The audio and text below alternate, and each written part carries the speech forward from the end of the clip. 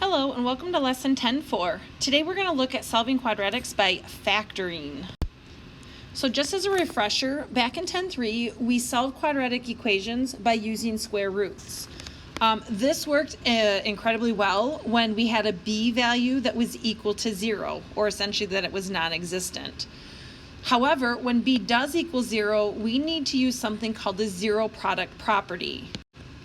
And the zero product property says that for every real number a and b, if you multiply the product of a, b together and get 0, then that tells us that either a equals 0 or b equals 0. So we're going to use this, and if you look at this example right here, it says if x plus 3 times the quantity of x plus 2 equals 0, I can set either factor, either the x plus 3 equal to 0 or the x plus 2 and set it equal to 0, because one of those factors has to equal 0 if my whole product equals 0. So let's take a quick look and see how this is going to work. So for example 1, it says solve the quantity of x plus 5 times the quantity of 2x minus 6 equals 0. So because my product equals 0, I know that either x plus 5 has to equal 0 or 2x minus 6 has to equal 0. So if I solve the equation x plus 5 equals 0, I'm going to subtract 5 from both sides, and I'm left with x equals a negative 5. So this is one of my possible solutions. Over on the other side here, if I add 6 to both sides, that gives me 2x equals 6. Then I'm going to have to divide both sides by 2, and I'm left with x equals 3. So the two solutions to this quadratic formula would be x equals negative 5 and x equals 3. Now one nice thing, and we'll talk more about this a little bit later, but if you graph this, these solutions, remember, are really your x-intercepts. So that would mean that I would have an x-intercept at 3 and another x-intercept at negative 5. So because both of my x terms are positive, that tells me that I have a U-shaped parabola, so I can take a quick approximation and know that my graph is probably going to look something like this. But again, we'll talk about that more later. For example 2, we're going to solve 6x plus 9 times the quantity of 4x minus 11 equals 0. So again, to solve, we're going to take each factor, set it equal to 0, and solve. And when I do that, I'm going to subtract 9 from both sides. That gives me 6k equals a negative 9. Divide both sides by 6, and I get k equals a negative 9/6, which will reduce down to a negative 3/2. And on the other side, I'm going to add 11 to both sides. That gives me 4k equals 11. And if I divide both sides by 4, then k equals 11/4. So again, I have two x-intercepts that would now follow my graph of this parabola. Now, we can also use the zero product property to solve equations that are written in standard form, or in the form of ax squared plus bx plus c equals 0. And we're going to do that by factoring. So for the first couple of examples, the factors were given to us. Now we're going to have to find the factors and then set it equal to 0. One thing I do want to caution you on, however, okay, the equation does have to be set equal to 0. If it's not set equal to 0, you are essentially going to have to add or subtract or undo whatever is over on this side and get it to move over to here so that it is set equal to 0.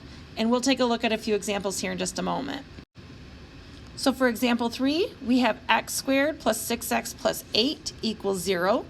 It is set equal to 0, so I'm good to go ahead and start factoring so that I can use that zero product property. And I have x and x. I have a plus and a plus, which tells me both signs are going to be positive, and factors of 8 that add up to 6 are going to be 4 and 2. So now in order to use the zero product property, I'm going to set each factor equal to 0 and solve for x, and I get x equals a negative 4 and x equals negative 2 by subtracting. and these are my two x-intercepts. For example 4, we're left with 2n squared minus 5n equals 88. So right away, I notice that my quadratic equation is not set equal to 0. So the first thing I have to do is I have to subtract 88 from both sides. And that's going to leave me with 2n squared minus 5n minus 88 equals 0. Now that I have it set equal to 0, I can go ahead and create my factors. And factors of 2 are going to be 2n and n. I have an 88, so factors of 88 that will add or subtract to give me that negative 5 in the middle. I'm going to have 11 and 8, and because I have a negative 88, I know that one of them are positive and one is negative, and in this case it happens to be a positive 11 and a negative 8. Now that I have my factors and it's set equal to 0, I can go ahead and take each factor and set it equal to 0. And I'm going to subtract 11, which gives me 2x equals a negative 11. Divide both sides by 2, and I get x equals a negative 11 halves. And then for my other side, I'm going to add 8 to both sides, and I get x equals a positive 8. So these are my two solutions. Again, for example 5, I'm going to solve x squared minus 12x equals a negative 36. Because this is not set equal to 0, I'm going to make it set equal to 0, so I can use that zero product property. And I'm going to add 36 to both sides. So that gives me x squared minus 12x plus 36 equals 0. Now I can go ahead and factor that. That's going to give me an x squared, or an x and an x. I have a negative 12x and a positive 36, so I know that both of these solutions then are going to be negative. And factors of 36 that give me a negative 12 when added together are going to be 6 and 6. So really I have x minus 6, the quantity squared, equals 0. And you can solve this in one of two ways. You can either, and I'll do this up to the top, you could have either said, well, x minus 6 equals 0, and that tells me that x equals a positive 6. Or you could have come back down to this step and said, okay, well, to undo a square root, I'm going to square root both sides, and that's going to give me x minus 6 equals 0. I add 6 to both sides, and I still end up with an x minus 6. So in this case, there's only going to be one solution because both factors are the same. And if you remember, one solution means that the vertex of that parabola is right there on the x-axis. For our last example, it says that the diagram shows a pattern for an open top box. The total area of the sheet of material used to manufacture the box is 288 square inches. The height of the box is 3 inches.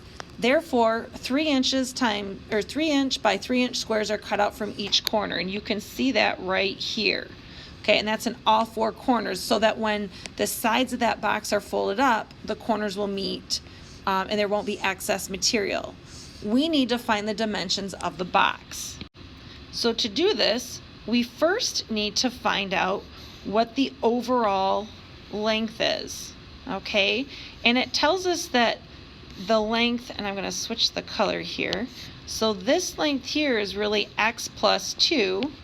So I have x plus 2, but then I'm adding these 2 lengths down here that are each 3 inches long. So I'm really going to go plus 3, and if I simplify then, I'm left with x plus 8 for my length, and then I'm going to have to do the same thing for my width. Well, my width is really an x, but I have these 2 little corner cutouts that are 3 inches each, so I really have x plus 3 plus another 3, which gives me an x plus 6. So in order to find my area, I'm going to multiply x plus 6 times an x plus 8, and I was told that my area was equal to 288 square inches. Well, we can't use our zero product property because my equation is not set equal to 0, it's set equal to 288. But what we can do is we can go ahead and FOIL this out, and if we do that, then we end up with x squared plus 14x plus 48 equals 288. I'm going to subtract the 288 over, so this is going to give us x squared plus 14x minus 240 equals 0. So now I've got a quadratic equation right here, set equal to 0. Now I can factor and use my zero product property. So when I factor this, I end up with an x and an x. A negative 240 tells me that my two signs are going to be different, and I have to be able to subtract the two numbers that I put in there and end up with 14. So if I have a positive 24 and a negative 10, I can make that work. So now I'm going to take each factor, set it equal to 0, and here I end up with x equals a negative 24, and I end up with an x equals 10. Well, in this situation, it does not make sense to have an x value or a length be a negative number. Therefore, I can eliminate this. It does make sense, however, to have a positive value. So if we come back to the original questions, it says find the dimensions of the box. So because I solved x as being 10, what I'm going to do is I'm going to plug 10 into each of the factors that each of the side lengths that I had. So if I look at my box, originally we were given that x was equal to 10, so I know that one of my lengths is going to be 10 inches. That would be my width.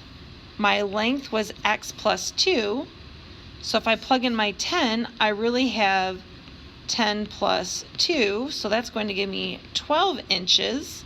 And then I know that the height was 3 inches. So if I look at my dimensions then, I'm going to have 10 inches by 12 inches by 3 inches, and this would make up the dimensions of that box. Please let me know if you have any questions. Otherwise, I hope you guys have a great day, and I will see you in class.